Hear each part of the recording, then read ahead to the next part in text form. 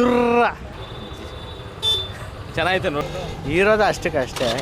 ಮುಗುಳು ನಗೆ ಬಿಟ್ಟರೆ ಮತ್ತೆ ಫಾರ್ಮ್ ಬಂದಿರೋದು ಯೋಗರಾಜ್ ಭಟ್ಟು ಇವಾಗಲೇ. ತುಂಬ ಚೆನ್ನಾಗಿದೆ. ಫಿಲಾಸಫಿ, ಬದುಕೋದೇ ಜೀವನ. ಚೆನ್ನಾಗಿದೆ. ಟ್ರಯಾಂಗಲ್ ಲವ್ ಸ್ಟೋರಿ ನೋಡ್ಬೋದು ಒಂದ್ಸಲ. ಏನು ಮೆಸೇಜ್ ಇದೆ? ಚೆನ್ನಾಗೈತೆ ನೋಡಿ. ಸರ್ ತುಂಬ ಚೆನ್ನಾಗಿತ್ತು. ಈ ಹುಡುಗಿರ ಸಾಹಸ ಬಿಟ್ಬಿಟ್ಟು ಜೀವನದಲ್ಲಿ ಮುಂದುವರೆದನ್ನ ನೋಡಬೇಕು ಸರ್.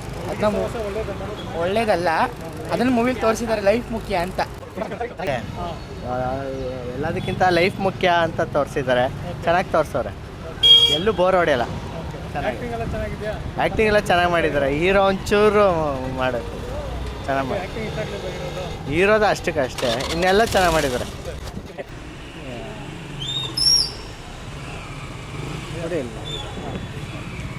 ಮೆಸೇಜ್ ಅಂತಂದರೆ ಅದೇ ಬದುಕು ತುಂಬ ದೊಡ್ಡದು, ಬದುಕೋದು ನೀಟಾಗಿ ಬದುಕೋಣ ಅನ್ನೋದೊಂದು ಮೆಸೇಜ್ ಹೇಳಿದ್ದಾರೆ ಲಾಸ್ಟಲ್ಲಿ. ಹಾಂ, ಎಲ್ಲರೂ ಪರ್ಫಾರ್ಮೆನ್ಸ್ ಚೆನ್ನಾಗಿದೆ. ರಂಗಣ್ಣ ರಘುವರ್ ಪರ್ಫಾರ್ಮೆನ್ಸ್ ಚೆನ್ನಾಗಿದೆ. ಇಬ್ಬರು ಹೀರೋಯಿನು ಆ್ಯಕ್ಟಿಂಗ್ ಚೆನ್ನಾಗಿ ಮಾಡಿದ್ದಾರೆ.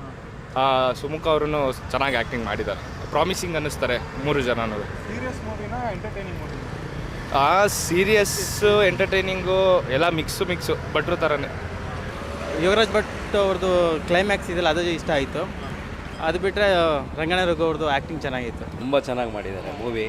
ಮತ್ತು ಹೀರೋನು ಅಷ್ಟೇ, ಹೊಸಬ್ರು ಅಂತ ಅನಿಸೋದೇ ಇಲ್ಲ, ಅಷ್ಟು ತುಂಬ ಚೆನ್ನಾಗಿ ಮಾಡಿದ್ದಾರೆ. ಆ್ಯಕ್ಟಿಂಗ್ ಎಲ್ಲ ತುಂಬ ಚೆನ್ನಾಗಿದೆ.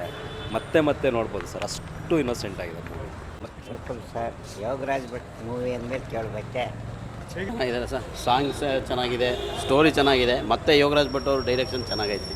ಸೂಪರ್. ಲೈಫು ತುಂಬ ಮುಖ್ಯ ಅನ್ನಿಸ್ತು. ತುಂಬ ಚೆನ್ನಾಗಿದೆ ಸರ್. ಚೆನ್ನಾಗಿದೆ. ತುಂಬ ಚೆನ್ನಾಗಿತ್ತು. ಚೆನ್ನಾಗಿದೆ.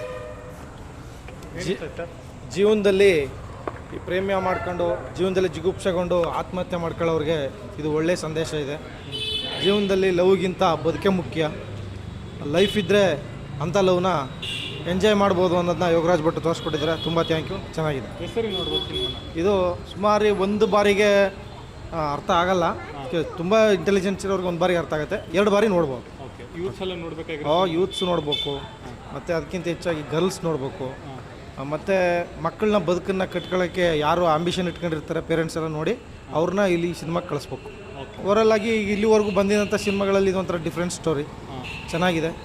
ಅಡ್ವರ್ಟೈಸ್ಮೆಂಟಲ್ಲಿ ಯೋಗರಾಜ್ ಭಟ್ ಹೇಳಂಗೆ ಅಂದು ಮುಂಗಾರು ಮಳೆ ಇಂದು ಕಡದ ಮಲಲು ಅಂತ ಹೇಳಿದಾರಲ್ಲ, ಹಾಗಾಗಿ ಅದೇ ರೀತಿ ಚೆನ್ನಾಗಿ ತೆಗ್ದಿದ್ದಾರೆ.